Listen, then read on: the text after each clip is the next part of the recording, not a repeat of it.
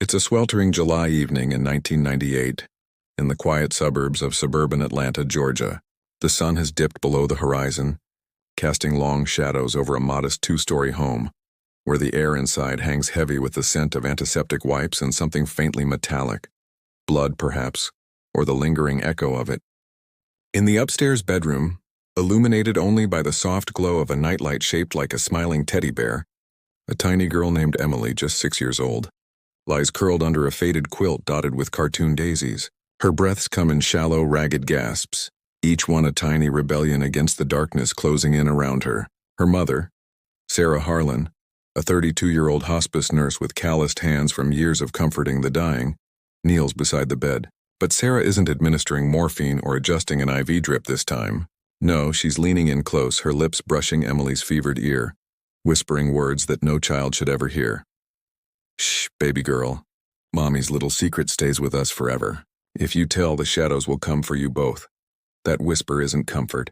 It's a curse, a thread in a tapestry of torment woven over years in this very room. Emily's eyes, wide and glassy from pain and unspoken terror, flicker toward the door where her father, Tom Harlan, a burly auto mechanic with grease-stained fingers, stands frozen in the hallway. He hears everything, but he always does, doesn't he? And yet he turns away, the floorboards creaking under his retreating steps like bones snapping in the night. This isn't just a family in crisis. This is the unraveling of a nightmare disguised as normalcy, where love twists into something unrecognizable, something that devours from the inside out. From this single suffocating moment, a chill seeps into your bones, not the quick fright of a slasher film, but the slow, insidious dread that coils in your gut when you realize the monsters aren't lurking in alleys or under beds. They're right here in the heart of home, wearing the faces of those we trust most. Fear grips you first, sharp and immediate, as you picture that little girl's fragile form, trapped in a web of whispers and worse. But then intrigue slithers in, whispering questions that demand answers. What horrors could drive a woman sworn to heal the dying to inflict wounds that scar the soul? How deep does this darkness run, and why hasn't it been unearthed until now? Empathy surges next, a heartbreaking ache for Emily, for the innocence shredded before it could bloom, pulling you into her silent screams. And beneath it all, horror blooms like a bruise.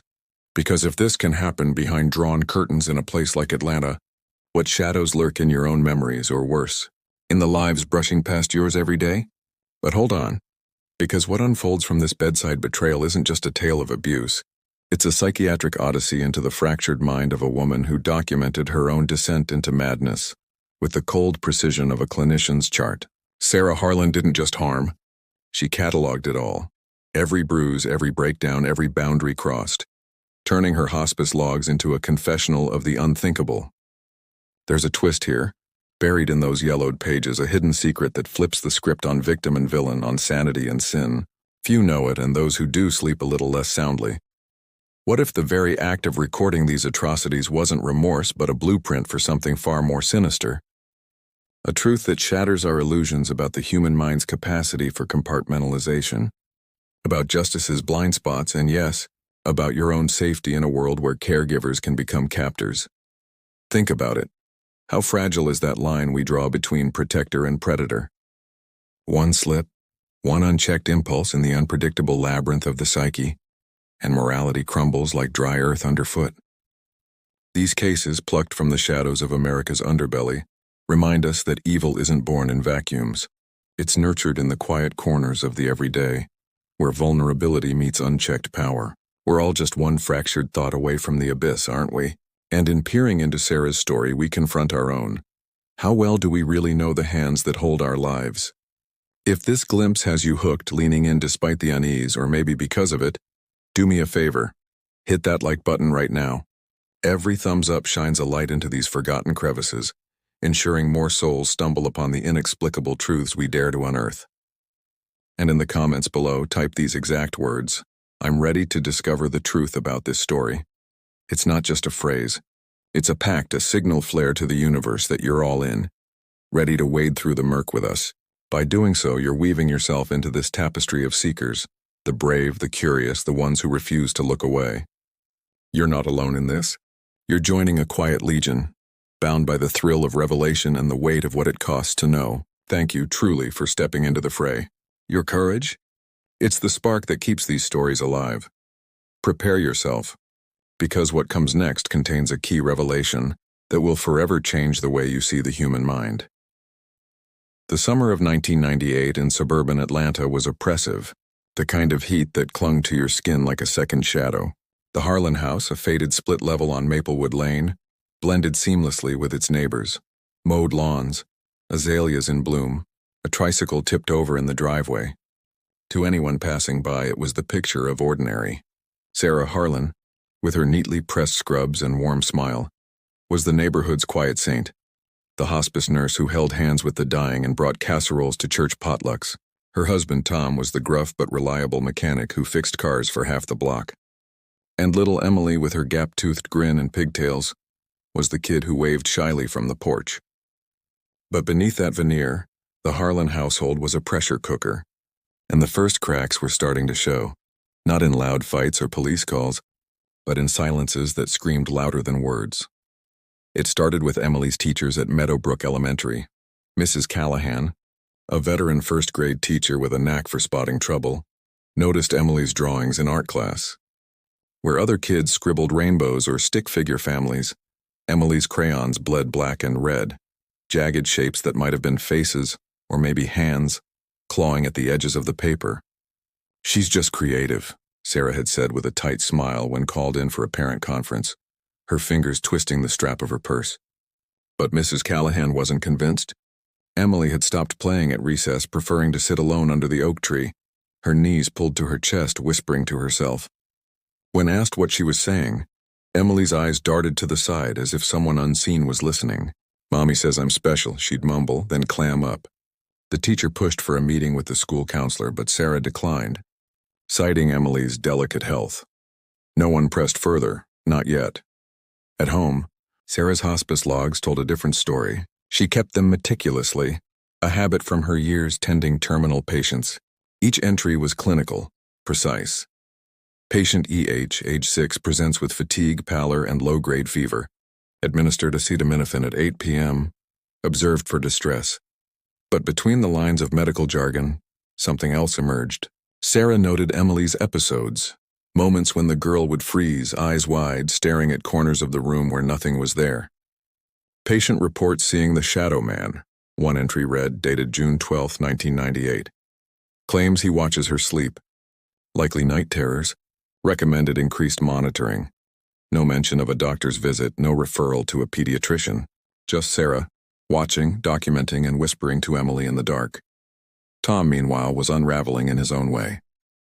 The auto shop where he worked was a mile from home, and he'd taken to staying late, claiming overtime.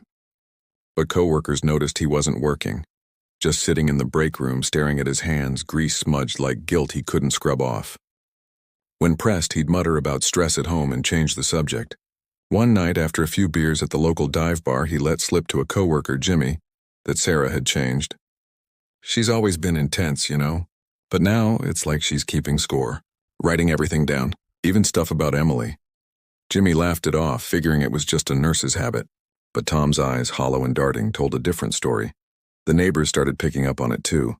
Mrs. Larson, the retiree next door, noticed Sarah's car parked in the driveway at odd hours, when she should have been at the hospice. Once she saw Sarah in the backyard at midnight, standing motionless under the willow tree, a notebook clutched to her chest like a Bible. When Mrs. Larson waved, Sarah didn't respond, just turned and slipped back inside, the screen door slamming like a gunshot. The next day, Sarah brought over a plate of brownies, all smiles, apologizing for being distracted. Mrs. Larson ate the brownies, but she stopped letting her grandkids play near the Harlan house. What no one knew yet was that Sarah's logs weren't just records. They were a map of her obsession. Pages and pages tucked into a locked drawer in her bedroom, detailed not just Emily's supposed symptoms but Sarah's own thoughts, fragments of paranoia, musings about testing limits, and cryptic references to the shadow man as if he were real, a collaborator in whatever she was building in that house. One entry dated July 3, 1998 read, "EH resists, must reinforce boundaries. The shadow man agrees, she must learn." Learn what? The question hung unanswered. but the weight of it pressed harder on Emily, who was starting to flinch at her mother's touch. By late July, Emily's condition was impossible to ignore. She was losing weight, her cheeks hollow, her skin almost translucent under the fluorescent lights of the classroom. Her teacher reported bruises, faint but unmistakable, on her arms, shaped like fingerprints. When asked, Emily said she'd fallen off her bike. But Mrs. Callahan had seen the Harlan's driveway. No bike in sight. She filed a report with Child Protective Services, a single sheet of paper that would set everything in motion. But Sarah, ever the meticulous planner, was ready. She'd been documenting Emily's illness for months, building a case that her daughter was fragile, sick, a patient in need of her mother's care.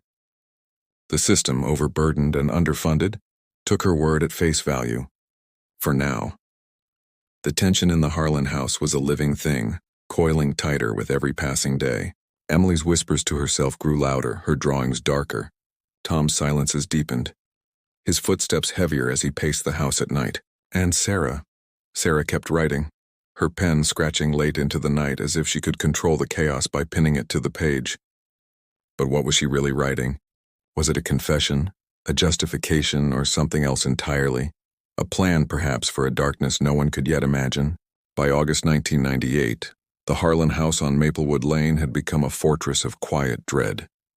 The summer heat pressed against the windows, but inside, the air was colder, heavier, as if the walls themselves were holding their breath. Emily, now a ghost of the bright-eyed girl who once chased fireflies in the backyard, spent most of her days in her room, her small body swallowed by oversized sweaters despite the Georgia swelter. Her eyes, once curious, now carried a haunted glaze, darting to corners where shadows seemed to linger longer than they should. Sarah, ever the dutiful nurse, told neighbors Emily was battling a chronic illness, something vague like immune issues, and most nodded sympathetically, unwilling to pry. But the truth was clawing its way to the surface, and it started with Emily's own words, whispered to no one but the walls. "The shadow man says I'm not allowed to tell." At school, Emily's behavior grew more erratic. During story time, she'd rock back and forth, clutching her knees, muttering under her breath. When a classmate, a bold little boy named Marcus, asked what she was saying, Emily snapped, "He's watching us right now." Her outburst silenced the room. Mrs. Callahan, already on edge from the CPS report that went nowhere, pulled Emily aside. "Who's watching, sweetheart?" she asked gently. Emily's lips trembled, but she only shook her head, tears spilling over. Later that day, she drew another picture. A stick figure of a girl, unmistakably herself, cowering under a looming black shape with no face, just sharp angles and a gaping maw. Mrs. Callahan slipped the drawing into a folder, her hands shaking. She didn't know what it meant, but it felt like a warning. Sarah's hospice logs, meanwhile, were becoming a labyrinth of obsession. Locked away in her bedroom drawer, the pages multiplied, each entry more unhinged than the last. What began as clinical notes about Emily's supposed symptoms, fever, fatigue, night terrors, had morphed into something else. "EH exhibits defiance," one entry read, dated August 10, 1998. "Claims Shadow Man speaks to her. Must be corrected. Administered discipline at 11 p.m. Patient cried but complied." Discipline.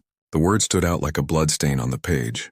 No details followed, but the implication was clear. Sarah wasn't just documenting Emily's pain. She was orchestrating it. Another entry scrawled in hurried ink, "The Shadow Man is necessary. He teaches her what I cannot. EH must understand her place."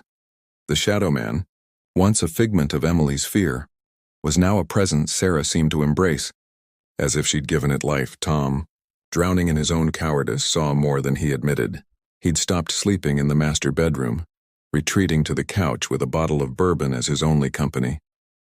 At night, he'd hear Emily's soft whimpers through the thin walls, punctuated by Sarah's low, rhythmic murmurs, words he couldn't make out but felt in his bones like a curse. Once, he cracked open Emily's door and saw Sarah kneeling by the bed, her face inches from Emily's, whispering fiercely. The room was dark, but the nightlight cast jagged shadows on the wall, twisting like fingers reaching for the girl. Tom shut the door and stumbled back downstairs, his heart pounding. He told himself it was just Sarah comforting their daughter, but the lie tasted like ash. The next morning, he found Emily's favorite stuffed rabbit, its button eyes torn off, in the trash. When he asked Sarah about it, she shrugged. "She's too old for toys," she said, her voice flat, her eyes elsewhere. The neighborhood, too, was starting to sense the rot beneath the Harlan's perfect exterior. Mrs. Larson, the nosy retiree next door, began keeping a log of her own, not as meticulous as Sarah's, but damning in its simplicity. August 15th, heard crying from Harlan House.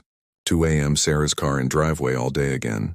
She mentioned it to another neighbor, Mr. Patel, who'd seen Tom hauling trash bags to the curb at dawn, his hands trembling. "Looked like he was hiding something," Mr. Patel said, half joking. But the joke didn't land. The bags were heavy, lumpy, and tied too tightly, as if meant to keep something in or out. No one called the police, not yet. In a small community like theirs, suspicion was a slow poison, and no one wanted to be the first to drink. At the hospice where Sarah worked, her colleagues began to notice cracks in her professional mask. She'd always been efficient, almost mechanical in her care for dying patients, checking vitals, adjusting drips, offering clipped words of comfort. But now she lingered too long with certain charts, her fingers tracing the lines as if memorizing them. One coworker, a young nurse named Rachel, caught Sarah muttering to herself in the break room, something about patterns and proof. When Rachel asked if she was okay, Sarah's head snapped up, her eyes sharp as scalpels. "Just tired," she said, forcing a smile. But Rachel noticed the notebook Sarah clutched, a plain black one, not the standard hospice log. Later, when Sarah left it unattended for a moment, Rachel peeked inside. The pages were filled with sketches, crude, childlike drawings of a faceless figure looming over a small girl. Rachel closed it quickly, her pulse racing, and never mentioned it. She wished she had. Back at home, Emily's world was shrinking. Sarah had pulled her from after-school activities, claiming her condition required rest. The girl's bedroom became her prison, the walls papered with fading daisies now feeling like a mockery of innocence. One night, Emily managed to slip a note under her door, scrawled in shaky crayon. "Help me. He's real." Tom found it before Sarah did. He stared at it for a long time, his breath hitching before crumpling it and shoving it into his pocket. He didn't tell anyone, not the school, not CPS, not even himself, in the moments when he looked in the mirror and saw a stranger staring back. But the note burned a hole in his conscience, a spark that wouldn't die. Sarah's logs, though, held the real key. One entry, dated August 20th, 1998, was different, less controlled, almost frantic. "EH saw him again. She's stronger than I thought. The shadow man says it's time to escalate. I trust him. He's always been right." The words were a confession, a blueprint, a descent into a mind that no longer distinguished between metaphor and reality. Sarah wasn't just tormenting her daughter. She was building something, a narrative, a delusion, or perhaps a ritual around the shadow man. And Emily, trapped in its center, was running out of time. By early September 1998, the Harlan house was a pressure point on Maplewood Lane, its quiet facade now a source of unease for those who dared to look too closely. The Atlanta suburbs were settling into the rhythm of fall, kids on bikes, the hum of lawnmowers, the scent of burning leaves. But the Harlan's yard was overgrown, the grass creeping up the porch steps like a warning. Emily, now barely seen outside, was a shadow behind her bedroom window, her small silhouette visible only when the curtains twitched. The neighbors whispered, but their concern stopped short of action, held back by the unspoken rule of minding one's own business. Inside, the air was thick with secrets, and the weight of silence was crushing what little remained of the family's fragile equilibrium. Sarah's behavior was spiraling, though she cloaked it in the crisp efficiency of her nurse's persona. At the hospice, she was still the model employee, charts pristine, patients tended with mechanical precision. But her coworkers noticed a new edge. Her hands trembled slightly when she drew up syringes, and her eyes, once warm, now held a distant, glassy intensity. Rachel, the young nurse who'd glimpsed Sarah's black notebook, kept her distance but couldn't shake the image of those sketches, the faceless figure, the cowering girl. She confided in another colleague, Dr. Ellis, a grizzled physician who'd seen his share of burnout. "She's under stress," he said, dismissing it. "Single moms, sick kids, it gets to you." But Rachel wasn't so sure. She'd overheard Sarah on a phone call, her voice low and urgent.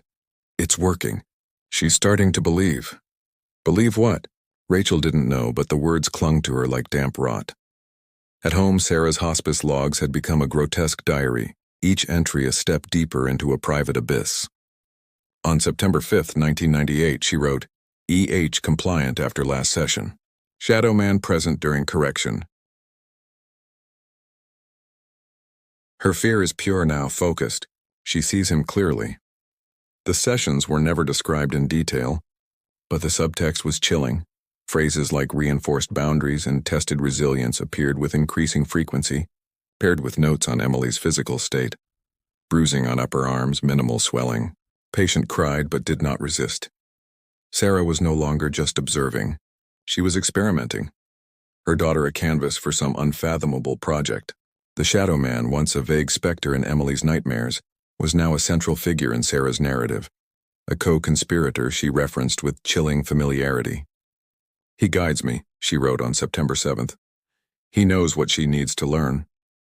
Emily, meanwhile, was fading. At school when she attended, she was a wraith, pale, silent, her clothes hanging loosely on a frame that seemed to shrink by the day. Her teacher, Mrs. Callahan, had escalated her concerns, filing another report with CPS after noticing a fresh bruise on Emily's wrist, a perfect ring of purple like a cruel bracelet. The social worker assigned to the case, a harried woman named Linda Voss, visited the Harlan home. Sarah was prepared, the house spotless. Emily tucked in bed with a thermometer in her mouth, a glass of water on the nightstand. She's been sick for months, Sarah explained, her voice smooth as glass. I'm managing her care at home. Hospice training, you know. She showed Voss a stack of medical records, forged, though no one checked closely enough to notice. Emily, coached or too terrified to speak, said nothing, her eyes fixed on the floor. Voss left with a checklist completed and a vague promise to follow up. The system, stretched thin, let the Harlan house slip through its fingers. Tom was drowning in his own complicity. He'd found another of Emily's notes, this one hidden under the couch cushion. A scrap of paper with the words, "He's not real, but Mommy says he is." The handwriting was shaky, the letter smudged with what looked like tears. Tom stuffed it into his pocket, joining the first note he'd never shown anyone. At night he'd lie awake, the bourbon bottle empty, listening to the sounds from upstairs. Emily's soft sobs, Sarah's relentless whispering. Once he crept to the landing and saw light spilling from under Emily's door, flickering like a candle. He heard Sarah's voice, low and rhythmic. "You see him, don't you? He's here for you." Tom's hand hovered over the doorknob, but fear or shame kept him rooted. He retreated, the creak of the stairs a confession of his failure. The neighborhood's unease was coalescing into something tangible. Mrs. Larson, the retiree next door, had started calling the Harlan house that place when she spoke to Mr. Patel. She'd seen Sarah burning papers in the backyard at dawn, the smoke curling upward like a distress signal. When Mrs. Larson asked about Emily, Sarah's smile was a blade. "She's resting. Needs her strength." The answer didn't satisfy, but Mrs. Larson didn't push.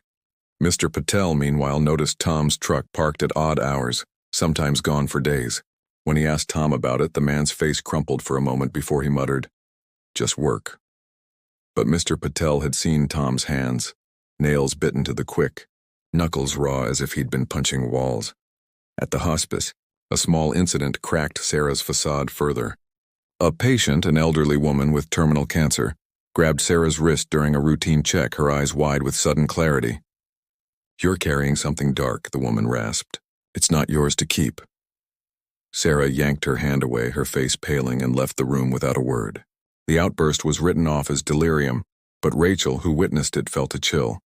Later that day, she saw Sarah in the parking lot, scribbling furiously in her black notebook, her lips moving as if arguing with someone unseen. Rachel didn't approach her. She couldn't shake the feeling that Sarah was no longer just a nurse or even just a mother. Inside the Harlan house, the shadow man was no longer just a name. Emily's drawings, now hidden under her mattress, showed him in sharper detail. A tall, angular figure with no eyes, his hands outstretched, fingers like knives. One sketch, dated September 10th in childish scrawl, had a single word beneath it: Mommy. The line between Sarah and the shadow man was blurring, and Emily, trapped in their shared delusion, was running out of ways to fight back. But she wasn't entirely alone. Mrs. Callahan, refusing to let the CPS dismissal stand, had started digging, calling a friend in the county records office to check Sarah's medical credentials. It was a small act, but it was the first thread pulled in a tapestry about to unravel. As October 1998 draped Maplewood Lane in a shroud of turning leaves and early dusks, the Harlan house stood like a sentinel amid the changing season, its windows glowing faintly against the encroaching night. The air carried a crisp bite now, but inside the atmosphere was stagnant, laced with the faint, acrid tang of fear sweat and unspoken accusations. Emily, reduced to a whisper of herself, rarely left her room anymore. Her world narrowed to the four walls adorned with peeling daisy wallpaper that now seemed to mock her with their false cheer. She spent hours tracing patterns on the carpet with her fingers, loops and swirls that might have been escape routes if only she believed in them. Sarah's control was absolute, her presence a constant hum in the house, like the buzz of fluorescent lights before they flicker out. Sarah's days at the hospice blurred into a mechanical routine, her hands steady as she adjusted morphine drips for the dying, but her mind wandered to the black notebook tucked in her locker, its pages a secret scripture. The sketches had evolved, no longer crude, they were detailed now, almost anatomical, the shadow man's form elongated, his limbs articulated like a marionette's strings, always positioned over Emily's diminutive figure. Colleagues like Rachel avoided her in the hallways, the memory of that parking lot muttering session lingering like a bad aftertaste. Dr. Ellis, sensing the shift, suggested a mandatory wellness check during a staff meeting, but Sarah deflected with a practiced laugh. Just the fall blues, she said, her eyes scanning the room as if counting exits. No one pushed. Burnout was epidemic in their field, and Sarah's charts were impeccable. But Rachel, unable to let it go, had started her own informal log, notes on Sarah's absences, her vacant stares during rounds, the way she'd linger over pediatric consults, even though the hospice served adults. Back home, the logs in Sarah's locked drawer had taken on a feverish urgency, the handwriting slanting sharper with each entry. On October 3, 1998, E.H. attempted disclosure to teacher. Intervened promptly. Shadow man reinforced lesson at midnight. Patient now understands consequences. The intervention was a vagueness that masked brutality. Emily had come home with a split lip that afternoon, claiming she'd tripped on the stairs. Tom had seen it happen, or rather, not stopped it. Sarah's hand flashing out like a viper as Emily babbled about the man who watches to a playdate neighbor kid peeking over the fence. Tom's stomach had twisted, but he'd busied himself with the grill, flipping burgers that no one ate. That night, as Sarah led Emily upstairs for what she called quiet time, Tom poured another drink, the amber liquid burning away the image of his daughter's trembling form. Emily's resilience, though, was a quiet rebellion flickering in the gloom. In stolen moments when Sarah dozed after a long shift, the girl would press her ear to the heating vent, listening to the muffled sounds of the world outside. Children's laughter from down the street, the distant bark of dogs, the hum of traffic on the interstate. It was her lifeline. Those fragments of normalcy, fueling dreams where she ran barefoot through fields that stretched forever. But reality intruded harshly. One evening, as rain lashed the windows like accusatory fingers, Sarah entered Emily's room with a tray, a bowl of lukewarm oatmeal, a glass of milk, and her notebook. "Time to chart your progress, baby," she said, her voice a silken thread. Emily shrank back, but Sarah was gentle at first, coaxing her to eat while jotting notes. "How's the shadow man today? Did he visit?" Emily shook her head, mute, but Sarah persisted, her pen hovering. "He did, didn't he? Tell Mommy." The girl's silence stretched taut as a wire until Sarah's face hardened. What followed was a session, whispers escalating to commands, the shadow man's name invoked like a summons. Emily's cries were swallowed by the storm outside, but Tom, downstairs with the TV blaring, heard every muffled sob. He gripped the remote until his knuckles whitened, the plastic creaking in protest. The neighborhood's whispers had grown into a low murmur by mid-October. Mrs. Larson hosted a block watch meeting in her garage, the air thick with coffee and suspicion. "At Harlan Place, it's off," she said, passing around photocopies of Emily's school drawings, obtained through a sympathetic teacher friend. Mr. Patel nodded, recounting how he'd seen Sarah dragging a large trash bag to the curb at 3 a.m., its contents shifting with a soft, unsettling slosh. "Like disposing of something alive," he muttered, and the group fell silent. They debated calling the authorities again, but hesitation prevailed. Sarah was one of them, a nurse, a mother. What if it was just illness? What if they were wrong? Mrs. Larson, though, slipped an anonymous tip to the local paper's advice column, framing it as a concerned neighbor's query about signs of Munchausen by proxy. The response, printed a week later, urged professional intervention, but it reached no one in the Harlan orbit. At the hospice, the facade cracked wider during a late-night shift. A new patient, a middle-aged man with ALS, seized unexpectedly, his body convulsing as Sarah stood frozen at his bedside. "Control it," she hissed under her breath, not to him but to the air, her hands hovering without touching. Rachel, rushing in with the crash cart, caught the words and the wild glint in Sarah's eyes. "What did you say?" Rachel demanded later in the empty lounge. Sarah blinked, composing herself. "Nothing, just thinking about my daughter." But the lie hung heavy, and Rachel, heart-pounding, copied a page from Sarah's abandoned logbook. A single entry about escalation protocols that chilled her to the core. She didn't know what it meant, but she mailed it anonymously to CPS, her hands shaking as she dropped the envelope in a mailbox 2 blocks away. Tom's unraveling accelerated in tandem. He'd started sleeping in his truck some nights, parked in the shop lot. The engine's rumble a barrier against the house's ghosts. But guilt pulled him back, manifesting in small acts of defiance. Slipping Emily extra snacks when Sarah wasn't looking, hiding her drawings in his toolbox at work. One such drawing, folded carefully, showed the shadow man with Sarah's face superimposed, crude but unmistakable. Tom stared at it during lunch breaks. The paper creased from his repeated unfoldings. "What the hell are you doing to her?" he whispered to the empty garage. But the question was for himself as much as Sarah. On October 15th, after a particularly brutal session that left Emily's door locked until morning, Tom confronted Sarah in the kitchen. "This has to stop," he said, his voice cracking. Sarah turned from the sink, dishwater dripping from her hands like tears. "Stop what, Tom? Saving her?" Her eyes bored into him, unblinking. "The shadow man chose her. You know that." Tom recoiled, the words a slap. He stormed out, slamming the door, but returned hours later, defeated. The fight drained from him like blood from a wound. Emily, sensing the fractures, clung to her vent-side vigils with renewed desperation. One night, as thunder rolled distant threats, she heard voices, not Sarah's whispers but Mrs. Larson's, carried on the wind from next door. "We have to do something about that poor girl." It was a spark in the endless dark, and for the first time in months Emily whispered back to the vent. "Help!" Her voice was tiny, but the house seemed to hold it. Waiting. Sarah's logs captured the crescendo. October 18th, 1998. EH weakening. Shadow man demands final test. Tom suspects must isolate. Trust the process.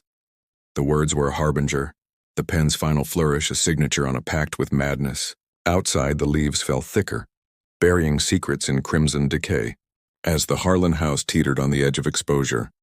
As October 1998 waned toward Halloween, the Harlan house on Maplewood Lane became a husk of its former self, the porch light flickering erratically like a dying heartbeat.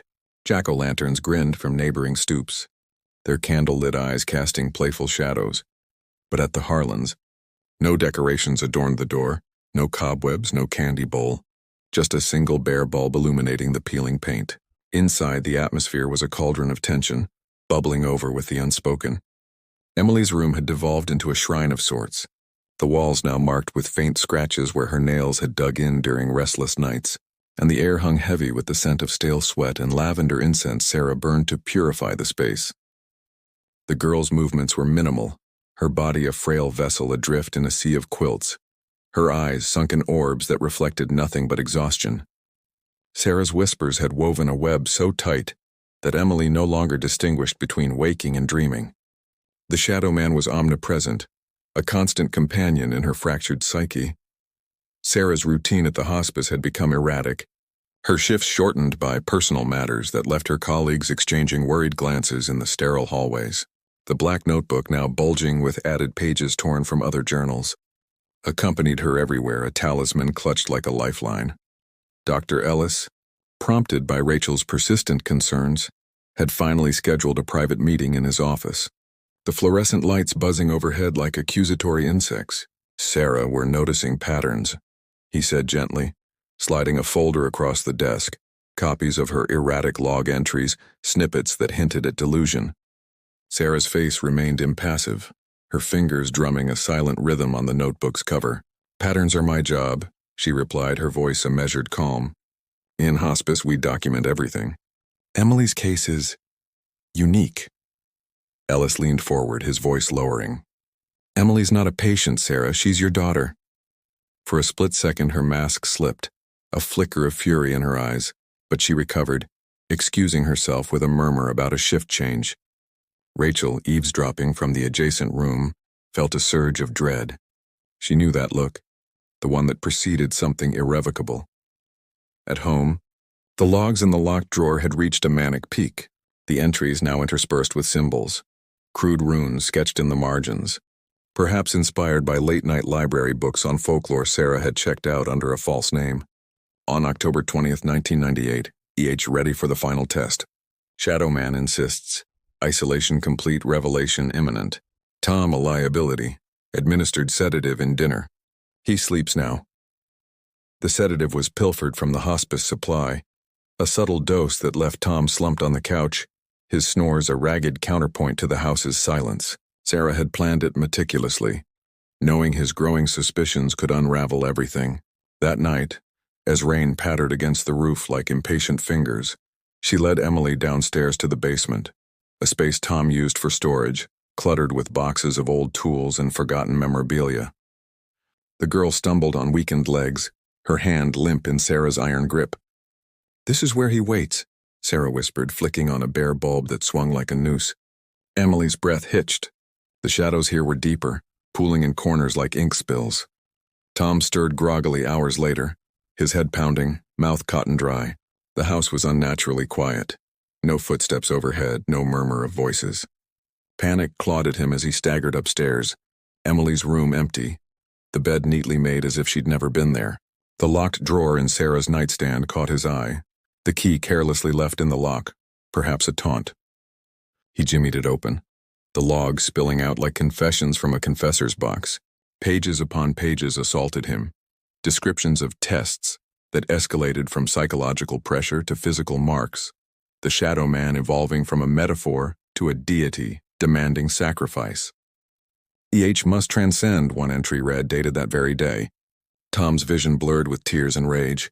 He grabbed a handful of pages and bolted downstairs, but the basement door was barred from inside. He pounded on it, his fists raw. "Sarah, what the hell are you doing?" No answer came, only a faint rhythmic chanting that chilled him to his marrow. The neighborhood, oblivious to the internal storm, carried on with Halloween preparations, costumes paraded, laughter echoing. But Mrs. Larson, ever vigilant, noticed the Harlan lights dimming earlier than usual. No trick-or-treaters approaching their door. Her anonymous tip to the newspaper had yielded a follow-up call from a reporter, but it went unanswered.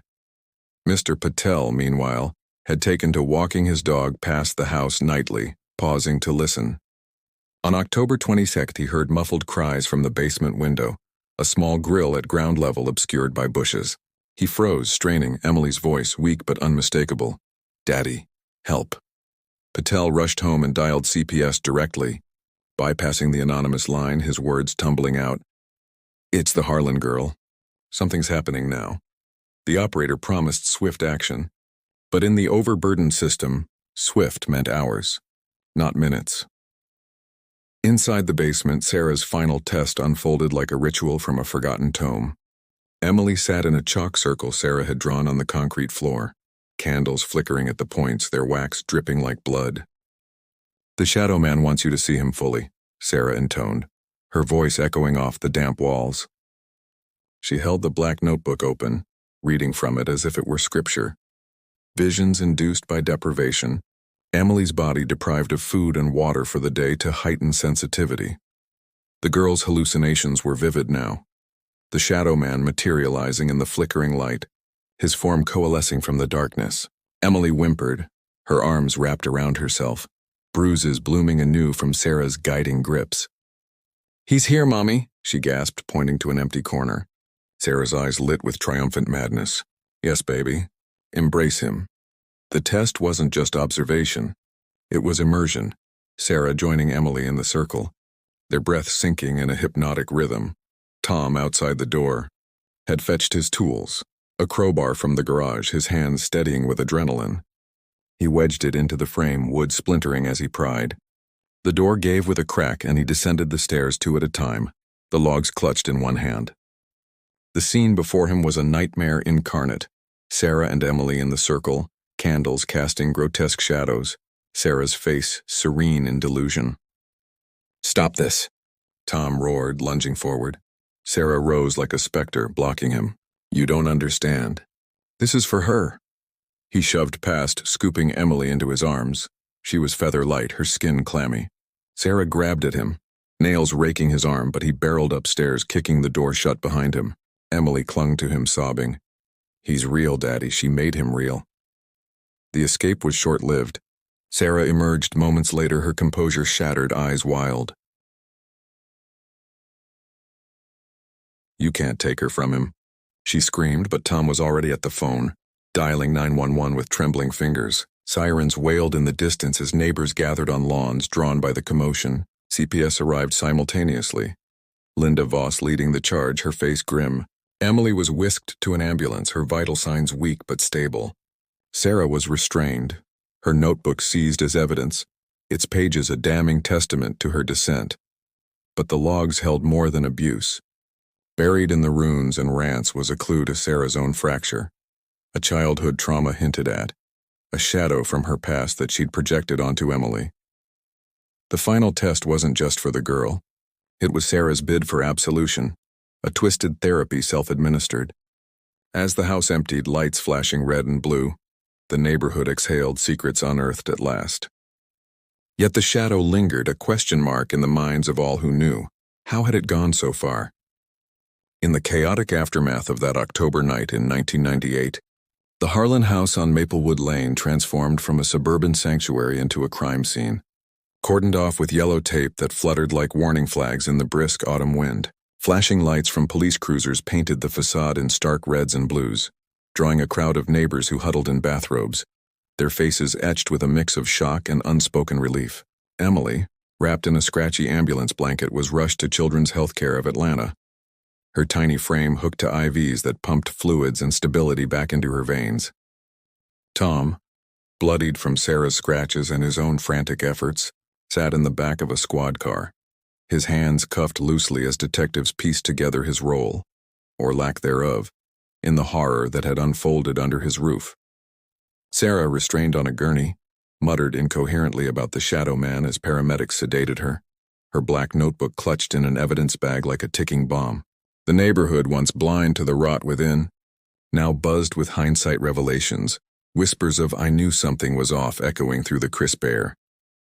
At the hospital, Emily's examination revealed a tapestry of abuse woven over months. Malnutrition bordering on starvation, old bruises layered like geological strata on her arms and torso, and psychological scars that no X-ray could capture. Doctors noted her dissociated state. She spoke in fragments, her eyes darting to shadows cast by the overhead lights, whispering, "He's still watching." Child psychologists were called in, their sessions gentle probes into a mind fractured by relentless indoctrination. Emily recounted the tests in halting bursts, nights locked in closets where the shadow man spoke through Sarah's ventriloquism, forced recitations of fabricated visions until exhaustion blurred truth and lie. "Mommy said he chose me," Emily confided to one therapist, her fingers twisting the hospital gown. "Because I'm special." But it hurt. The specialist diagnosed acute trauma, possible induced psychosis, her young psyche a battlefield where Sarah had waged war.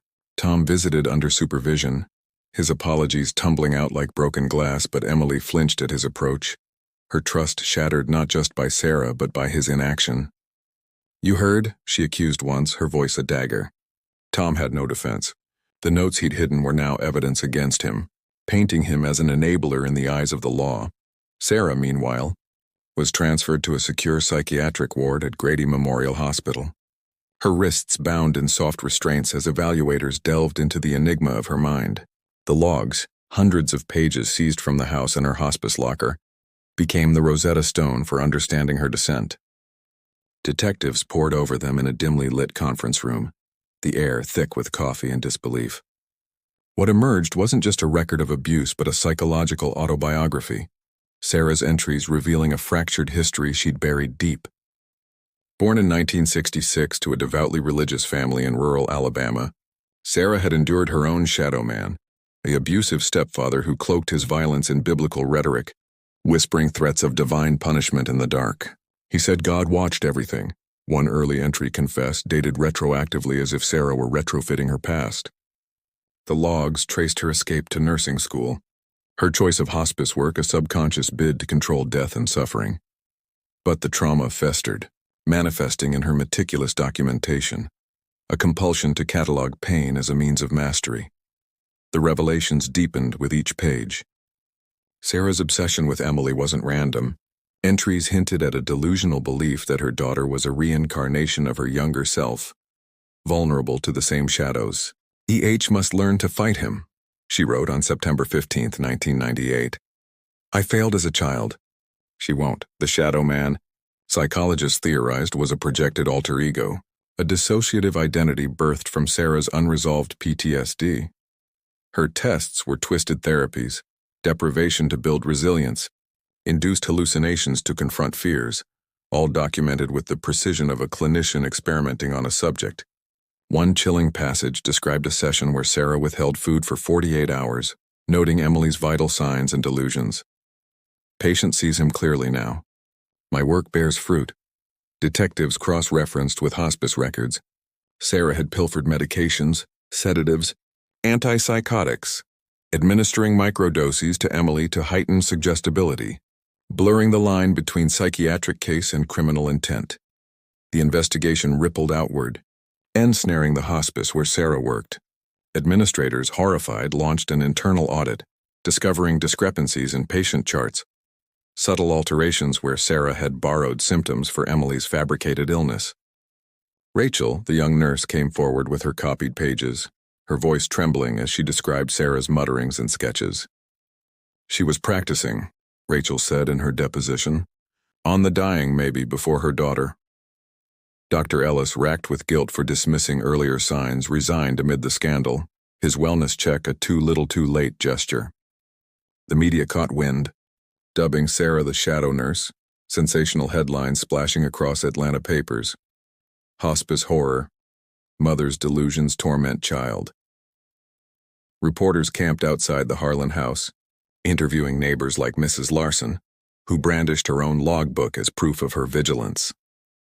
"I saw the smoke from her burnings," she told one camera, her eyes gleaming with vindication.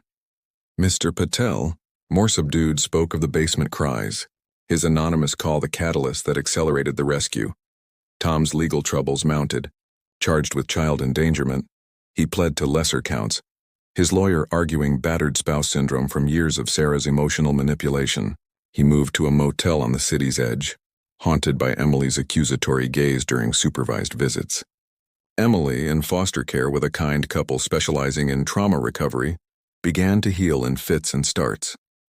Art therapy sessions coaxed out drawings no longer dominated by the shadow man. Instead, bright colors emerged, tentative suns and stick figure families, without looming figures. But nights were hardest. She slept with lights on, whispering to her new guardians, "Is he gone?" Therapists noted progress, but the scars ran deep. Her trust in adults a fragile thing rebuilt brick by painstaking brick. Sarah's psychiatric evaluation painted a portrait of severe dissociative identity disorder, compounded by narcissistic traits. Her logs a manifesto of madness. In interviews, she spoke calmly of the shadow man as a guide, insisting her actions were protective. "I saved her from what I endured," she told one evaluator, her eyes distant. The documentation proves it. Prosecutors built a case for aggravated child abuse and endangerment, the logs irrefutable evidence of premeditation. Yet buried in the pages was a plea, a final entry scrawled hours before the intervention. "If this fails, the shadow wins. Forgive me, Emily." It humanized her, sparking debates among experts. Was she monster or victim, her mind a casualty of generational trauma? As November dawned, the case file grew thicker. Witnesses deposed, Emily's testimony recorded in soft, halting sessions. The Harlan house stood empty, for sale signs hammered into the overgrown lawn. a relic of domestic dread. But the revelations weren't done. A deeper dive into Sarah's past uncovered sealed records from her childhood. Abuse reports dismissed. A system failing then as it nearly did now. The story, plucked from America's underbelly, exposed not just one family's fracture but societal blind spots, where caregivers turned captors in the quiet of suburbia. By December 1998, the Harlan case had metastasized from a local tragedy into a national specter, its tendrils reaching far beyond the quiet streets of suburban Atlanta. Headlines in major outlets like the New York Times and CNN dissected the Shadow Nurse saga, framing it as a chilling indictment of America's healthcare and child welfare systems. The once unassuming house on Maplewood Lane stood vacant, its windows boarded up like sealed eyes, while real estate agents whispered about stigma properties to potential buyers who inevitably backed out after hearing the details. Emily, now in a specialized foster home on the outskirts of Decatur, underwent intensive therapy, her days structured around play sessions designed to reclaim her shattered innocence. Yet the shadow man lingered in her subconscious, manifesting in nightmares that left her screaming into the pre-dawn hours, her foster mother rushing in with reassurances that felt hollow against the weight of memory. Tom, released on bail with an ankle monitor beeping like a metronome of guilt, rented a dingy apartment downtown. His life reduced to court-mandated counseling and dead-end jobs at auto parts stores where co-workers averted their eyes. Knowing his story from the tabloids, the pre-trial proceedings unfolded in the Fulton County Courthouse, a monolithic structure of granite and glass that loomed over the city like a judgmental giant. Sarah Harlan, clad in an orange jumpsuit that hung loosely on her frame, appeared via video link from the psychiatric ward, her hair unkempt, eyes dulled by court-ordered medications that muted the voices in her head, but couldn't erase the conviction in her gaze. Prosecutors, led by a sharp-eyed district attorney named Elena Ramirez, built their case brick by evidential brick, the logs serving as the cornerstone. Forensic psychiatrists testified to Sarah's dissociative disorder, painting her not as a monster, but as a fractured soul whose untreated trauma had birthed a delusional system. The shadow man was her externalized abuser, one expert explained, projecting log excerpts onto a courtroom screen, pages scrawled with runes and confessions that drew gasps from the gallery. She projected her pain onto Emily, believing she was forging resilience through controlled suffering. Defense attorneys countered with pleas for diminished capacity, arguing Sarah's actions stemmed from a psychotic break, not malice. "This is a woman failed by the system long before she failed her daughter," her lawyer intoned, introducing records from Sarah's childhood, dismissed abuse reports, a stepfather long dead but whose shadow stretched across decades, Emily's testimony. Recorded in a child-friendly room with stuffed animals and crayons was the emotional epicenter. Seated on a beanbag chair, she recounted the horrors in a voice barely above a whisper, her words transcribed for the judge. "Mommy made me see him. In the dark with no food until I said he was real." Therapists flanked her, guiding her through the retelling, but the details emerged raw. Bruises from corrections, whispers that echoed in her ears even now. The recording played in court, Emily's small voice filling the room, reducing hardened bailiffs to averted eyes. Tom, called as a witness, crumbled on the stand, admitting his complicity. "I heard the cries, saw the notes, but I was afraid. Of her. Of losing everything."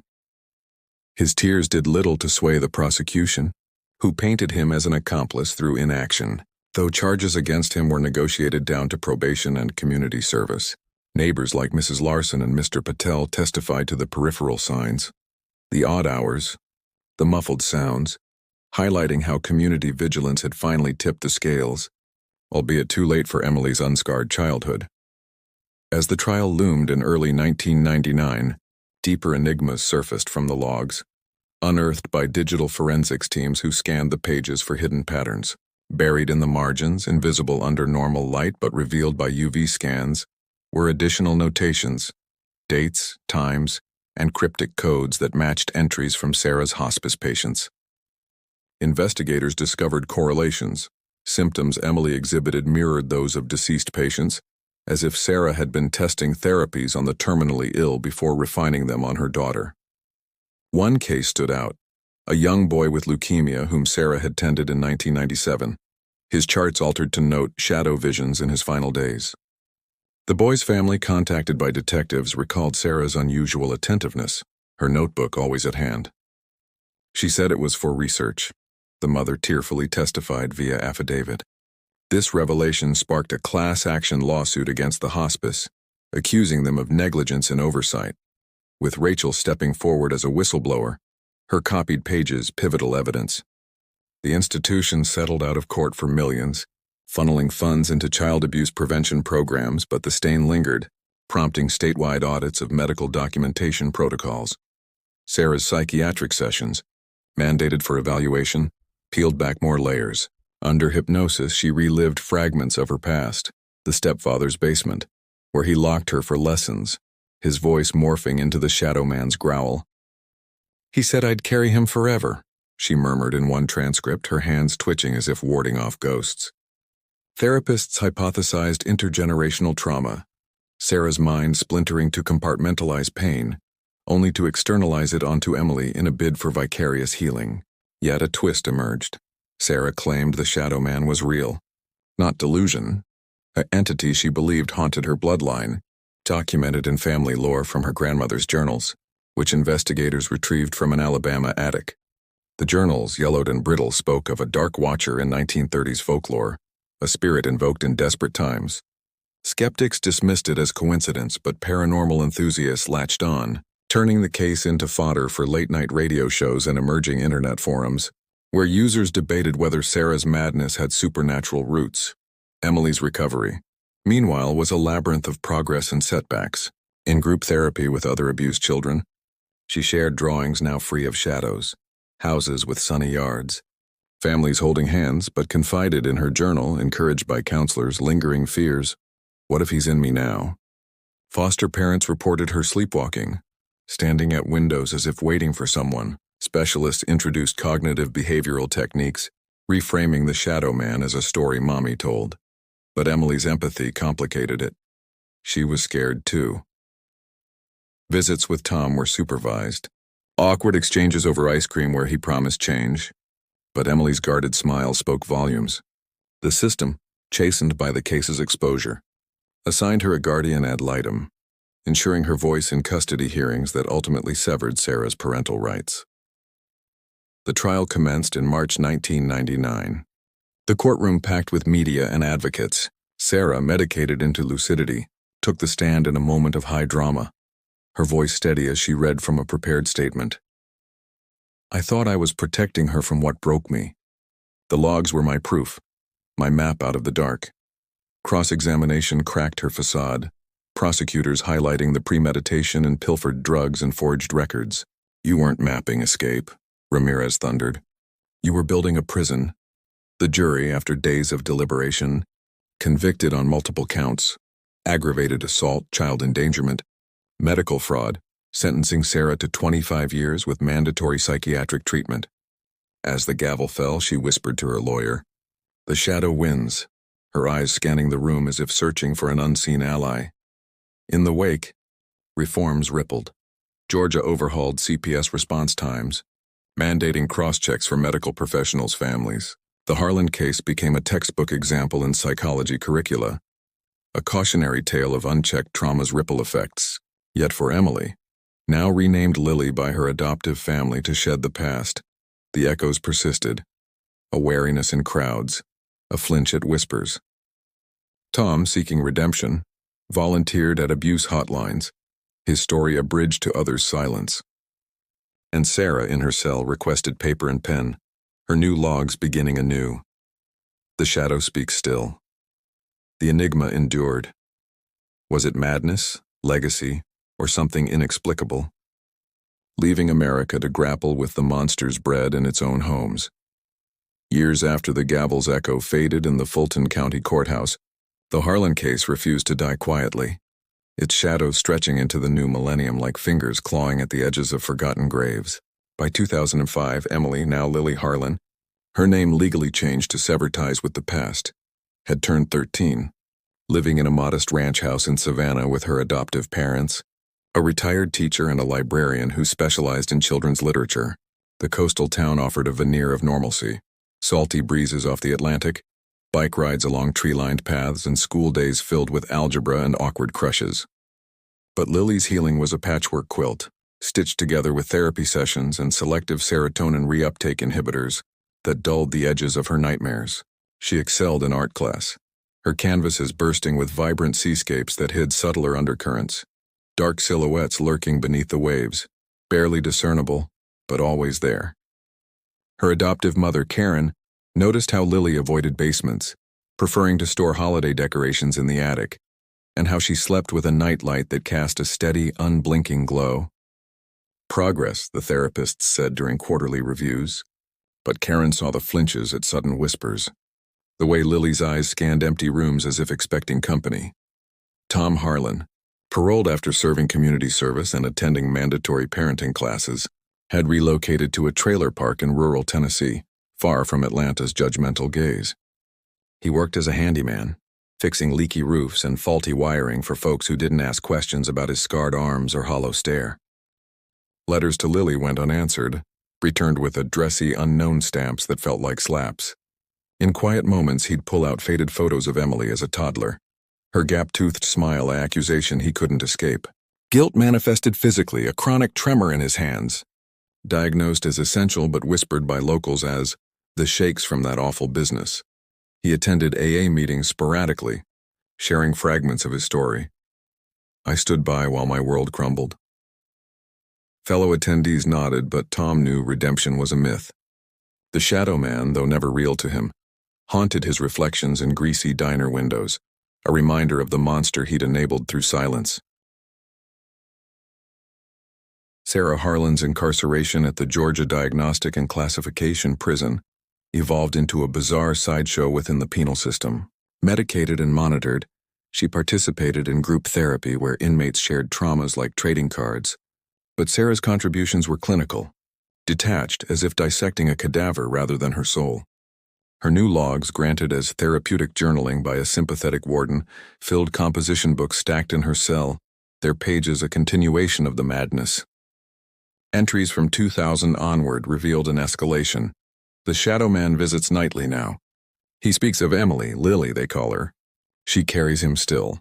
Psychiatrists debated her condition, remission elusive, her dissociation deepening into a persistent delusion where the shadow man became a spectral confidant, advising on prison politics and inmate interactions. One evaluator, Dr. Miriam Hale, delved deeper, uncovering Sarah's correspondence with occult enthusiasts who'd read about the case online. Letters smuggled in via complicit guards contained rituals and incantations, which Sarah incorporated into her logs. Tested invocation at midnight. Felt his presence stronger. Emily must know. Hale's report flagged it as a security risk, but bureaucracy buried it, allowing Sarah's mind to fester unchecked.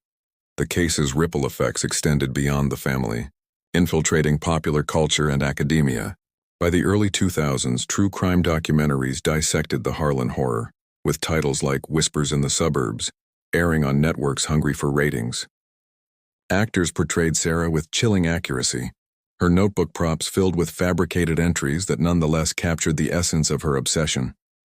Lily, shielded by privacy laws, watched one episode in secret during a sleepover, her heart pounding as the reenactment showed a child actress cowering in a basement. She confided in Karen the next day, tears streaming. It wasn't just like that. It was worse. The exposure sparked a resurgence of media interest, reporters tracking Lily's adoptive family despite gag orders, forcing them to move twice. Academic papers proliferated in psychiatric journals, analyzing Sarah's logs as a case study in transgenerational trauma transmission. One influential article in the American Journal of Psychiatry posited that Sarah's shadow man was a cultural archetype, drawing parallels to folklore figures like the boogeyman, amplified by her religious upbringing. Conferences featured panels where experts debated, was it pure pathology or did societal neglect, failing child services, overlooked hospice red flags, create the perfect storm? A disturbing twist emerged in 2003 when investigators revisited the hospice scandal. A whistleblower, a former colleague of Sarah's who had fled to California, came forward with suppressed evidence, Audio tapes from patient rooms where Sarah whispered to the dying, documenting their hallucinations as shadow encounters. One tape, grainy but audible, captured Sarah with a comatose child patient. Wait. No, her logs mentioned a boy, but this was different. The tape revealed Sarah experimenting on vulnerable kids in the pediatric wing during off hours, inducing visions with subtle drug administrations to map the shadow's domain. The revelation flipped the narrative. Sarah wasn't just abusing Emily. She had a pattern, a serial aspect to her madness, affecting at least 3 other children who exhibited unexplained symptoms before their deaths. Families sued, settlements reached in the millions, but the horror lingered. Had Sarah's shadow claimed more victims? Detectives reopened cold cases, linking her to unexplained pediatric deteriorations in Alabama hospitals from her early career. The media dubbed it the Shadow Nurse's Legacy, with podcasts delving into conspiracy theories. Was the Shadow Man a code for a network of abusive caregivers? Lily's adolescence was marred by these echoes. At 16 in 2008, she began experiencing blackouts, moments where she'd wake in odd places, a notebook in hand with scrawled entries mimicking Sarah's style. He watches. Therapists attributed it to PTSD flashbacks, but Lily confided in a journal, "What if Mommy put him in me?" She sought answers, petitioning for access to Sarah's original logs under therapeutic supervision. Reading them in a sterile office flanked by counselors, Lily pieced together the flip, the hidden secret that blurred victim and villain. Sarah's earliest entries revealed her own abuse not just by the stepfather, but a complicit mother who documented it all in a similar journal, passed down like a cursed heirloom. Sarah had found it as a teen, internalizing the method as a coping mechanism, then projecting it onto Emily to break the cycle in her deluded way. Lily's blackouts, perhaps inherited dissociation, or the weight of generational curse manifesting. Tom, learning of this through a leaked report, drove to Savannah unannounced, begging forgiveness at Lily's doorstep. "I failed you both," he wept. Lily, taller now but with eyes echoing her mother's intensity, let him in for coffee but no absolution. "The shadow's in all of us," she said, her voice steady.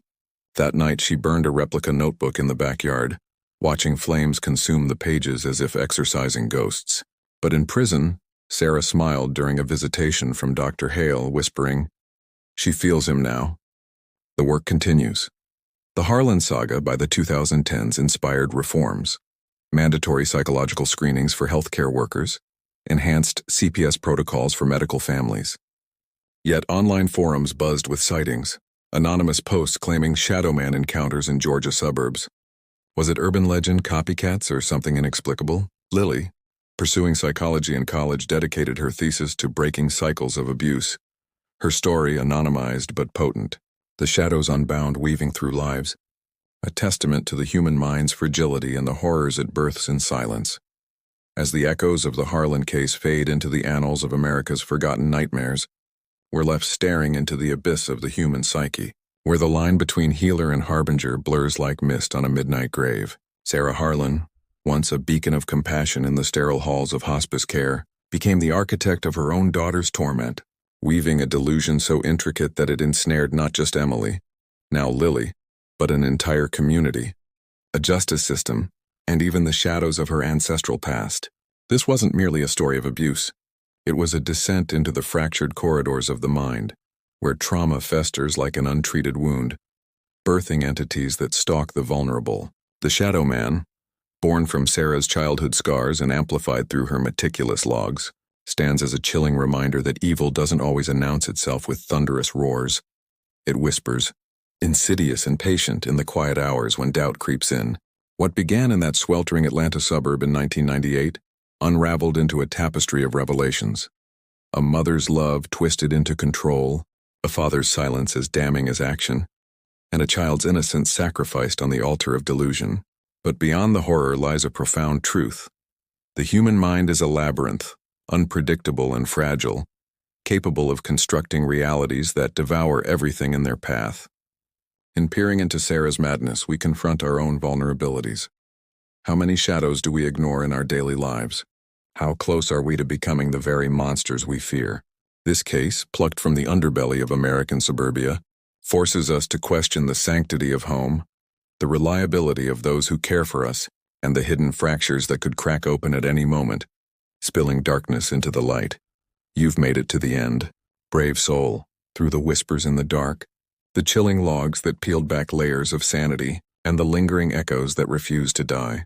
Not everyone has the fortitude to descend this far into the inexplicable, to face the raw undercurrents of human frailty without turning away. You are part of an elite cadre, a select group of truth-seekers who dared to unravel the full tapestry of this psychiatric enigma, emerging marked but enlightened. Congratulations, your perseverance has illuminated corners of the mind that most shy away from, proving you're not just a viewer, but a guardian of the untold. In a world that prefers polished illusions, you've chosen the jagged edges of reality, and for that, you stand among the resolute few who understand that true knowledge often comes wrapped in unease. Now, as the weight of this story settles in your thoughts like a fog that won't lift, I invite you to cement your place in this journey. Drop into the comments below and type these exact words. This story shattered my illusions about the human mind.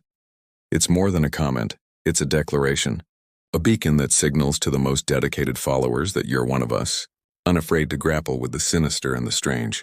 By sharing this phrase, you weave yourself into our growing community of enigma hunters, those who sift through the shadows for hidden truths that society buries deep.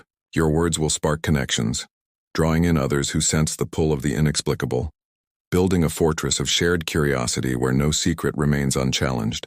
Imagine it, your comment lighting up the feed, resonating with fellow seekers, fostering discussions that delve even deeper into the psychiatric voids we've only begun to explore. You're not just reacting, you're contributing to a collective pursuit, ensuring that stories like Sarah's don't fade into oblivion but ignite further revelations. But don't stop there. The darkness thrives in isolation, feeding on unspoken fears and unshared warnings. Understand the vital urgency of spreading this video far and wide, like a ripple in a still pond that grows into waves crashing against ignorance. By sharing it on your social feeds, emailing it to friends who crave the macabre, or whispering about it in hushed conversations, you're piercing the veil that shrouds these horrors, allowing more souls to discover what the world dares not reveal. Think of it. Every share is a lantern thrust into the gloom, exposing the fragility of morality and the unpredictability of the psyche to those who might otherwise walk blindly into similar traps. In a society quick to gloss over the disturbing, your action becomes a defiant stand, ensuring that the lessons from Emily's torment, the dangers of unchecked trauma, the blind spots in our systems, reach ears that need them most. Without you, these truths remain entombed. With your help, they echo, preventing future shadows from taking root. And if this tale has stirred something primal within you, a chill that lingers like a ghost's breath on your neck, a curiosity that gnaws like hunger in the dead of night, then heed this call. Subscribe to the channel now, before the shadows reclaim their silence. Imagine subscribing as binding yourself to a secret society, one that convenes in the digital ether to decipher the inexplicable, where each notification is a summons to uncover more psychiatric enigmas that twist the soul. Without subscription, you're adrift in the vast sea of mundane content, vulnerable to the creeping forgetfulness that lets monsters thrive unseen.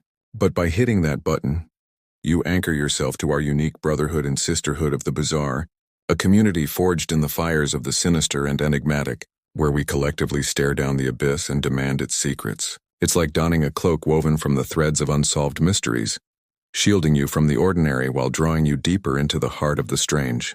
You'll be among those who receive alerts for our next dives into America's monstrous undercurrents. Cases from the 1980s haze of paranoia, the 1990s veil of suburban secrets, or the 2000s digital ghosts that haunt us still. Your subscription isn't just a click. It's a pact ensuring you're never alone in the pursuit of what lurks beyond the rational. Keep that flame of intrigue burning bright. Continue watching our videos, episode after episode, to nurture your fascination with the disturbing and the arcane. Each story we unravel is a step further into the unknown, a challenge to your perceptions, a thrill that quickens the pulse and sharpens the mind. In a world that numbs us with the predictable, let your curiosity for the macabre be your guide, leading you back here time and again. The shadows wait, but so do the truths they hide. Will you be the one to expose them? The Harlan legacy endures not as a closed chapter, but as a living cautionary tale, whispering warnings through the decades.